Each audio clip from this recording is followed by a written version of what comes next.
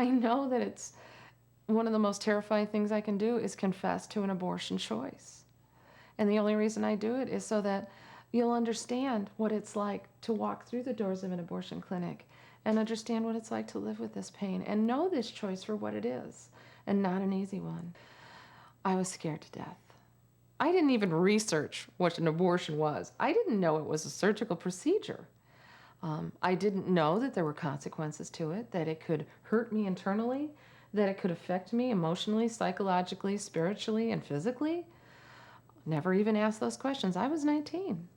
And that's one thing I love about pregnancy care centers, is that had I walked into a pregnancy care center for my test, they would have told me the risks. They would have showed me how developed my child was at 6 to 7 weeks. They would have told me that they would have helped me had everyone turned away and walked against me. They would have helped me. Instead, I was all alone, trusting a boyfriend who had an ulterior motive in encouraging me to make this choice. It was a Saturday morning that we drove to Indianapolis. My boyfriend was very supportive all the way up until that point. He was holding my hand. He was guiding me. I had started to do a few more drugs. I had been pretty drug-free up to that point, but I was an emotional roller coaster, so I started smoking pot, a little bit here and there. But that morning I was clear-headed. I didn't know where I was going. I didn't know how I was headed. I didn't know what the procedure was going to be like. I just knew I had to do it.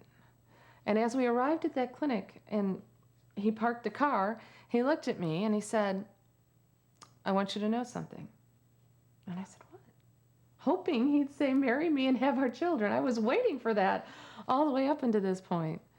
He said, "I want you to know I'm not going with you." I said, "You're what?" He said, "I'm not going up there with you. I'm not going to be in a room waiting for you. That room's full of weeping women and I don't need to be there. I'll wait in the car. You're on your own." And I took a deep breath, and that anger that I had started against my mother started to turn against this man. I thought, "You're abandoning me here. I have to do this alone?" I didn't think I could do it alone. I didn't think I could do anything. Certainly didn't think I could parent.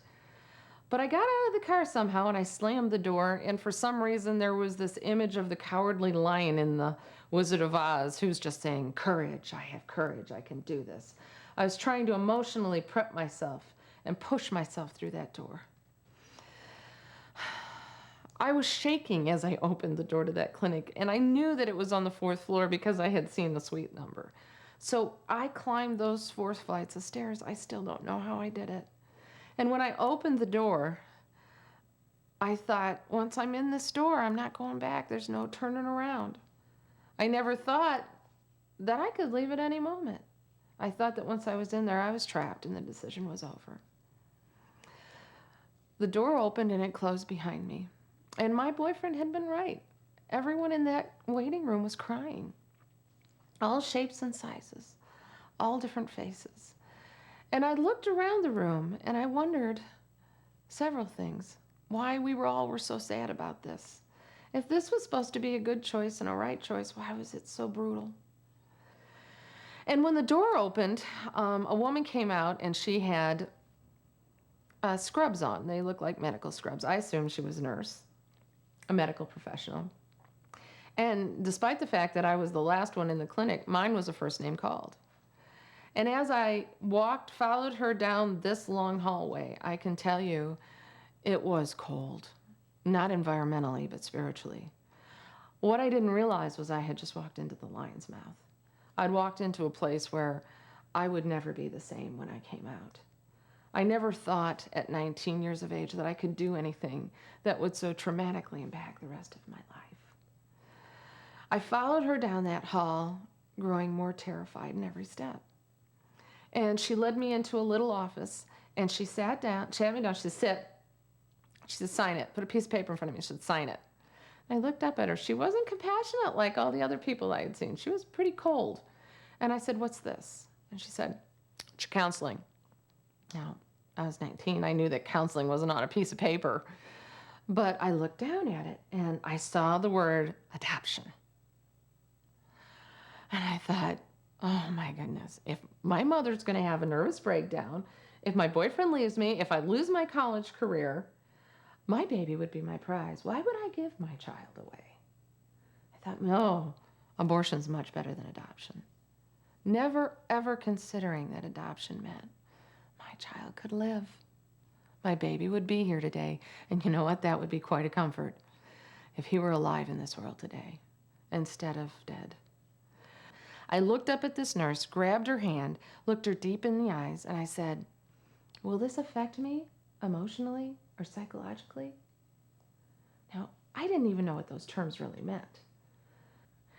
And she looked down at me with a very cruel smile, and she says, oh no, it'll make your life better. There's other days for you to have a baby, honey. She was a medical professional. I wanted to hear that. I wanted to hear it was going to make my life better. Please tell me why I'm doing this, because it's killing me. And I accepted it. I signed the piece of paper.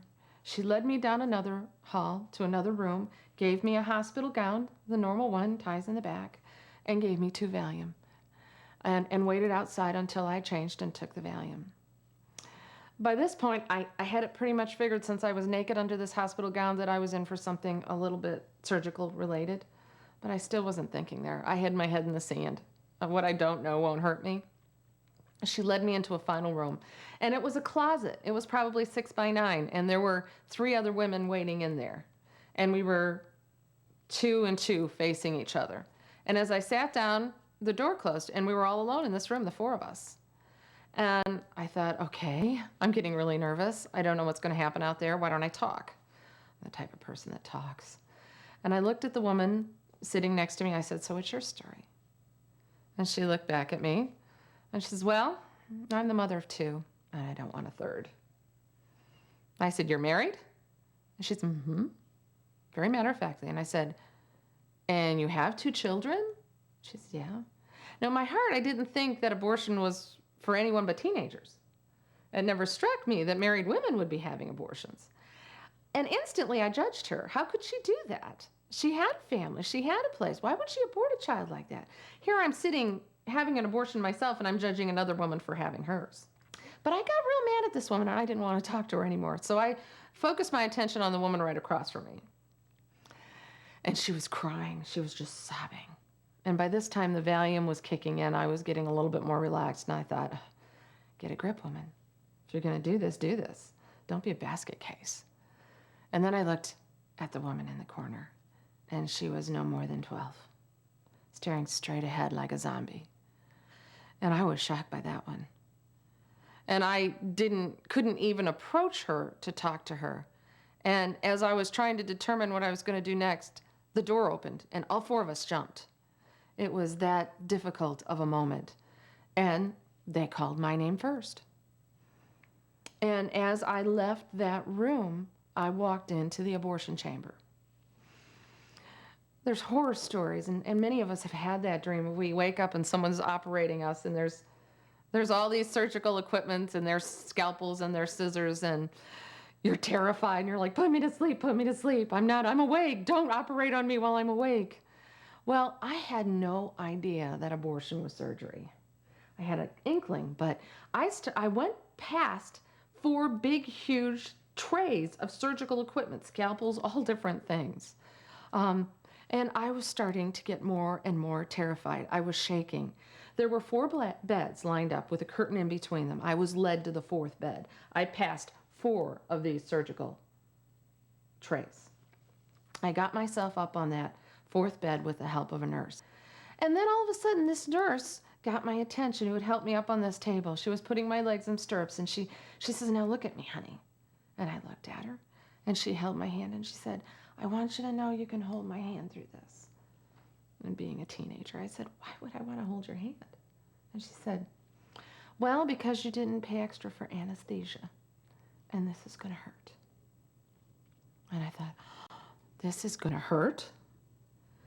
And before I had enough gumption or enough terror in my body, the abortionist was standing in front of me. I had no room to flee, or I didn't think I did. And he had a mask over his face. He never addressed me directly. But he did a very quick exam, brutal exam. It hurt. And he said, 7 weeks, lay her down. They thumped me down. I can tell you, I've had 3 children, natural childbirth. I didn't have drugs at all through those pregnancies. No epidurals. I mean, through those deliveries, no epidurals. I had them all together with as much pain as you can have giving birth. If you combined all 3 of those labors and deliveries, it would never equal the pain I experienced that day. The next day, I would have his handprints, the abortionist handprints, fully on my thighs in bruise form. I couldn't wear shorts. They were there for 3 weeks before those bruises left. He literally had to hold me down. As the instruments entered my body, I started to scream. Bloody murder. I know there was no way anybody could not hear my screams. Those 3 women in that closet room over there waiting for their abortions, they heard me. They had to have heard me. They put their hand over, the nurse put her hand over my mouth trying to stifle my screams, nearly suffocated me. By the time it was over, I was in total shock. I have never in my life then and never since experienced the pain. The sound was something completely different. Every time I go into a dentist's office and they drill in to have my cavities, I'm right back there. I'm transported back to that sound. A vacuum cleaner will remind me of that sound. Over the years, the trauma of noises to take me back to that moment in time has been something I've struggled to even handle. When it was over, they lifted me up. They literally pulled my head up, and I went onto a dizzy spell, and I almost lost my balance. They shoved me, not sweetly, off the bed, and I heard a door open, and I saw the mother of 2 who didn't want a third coming into that room. And I couldn't speak, but I wanted to say, "Run, flee. Didn't you just hear me scream? Get away from here." I wanted to save her. I wanted to stop her from going through this emotion, this terror.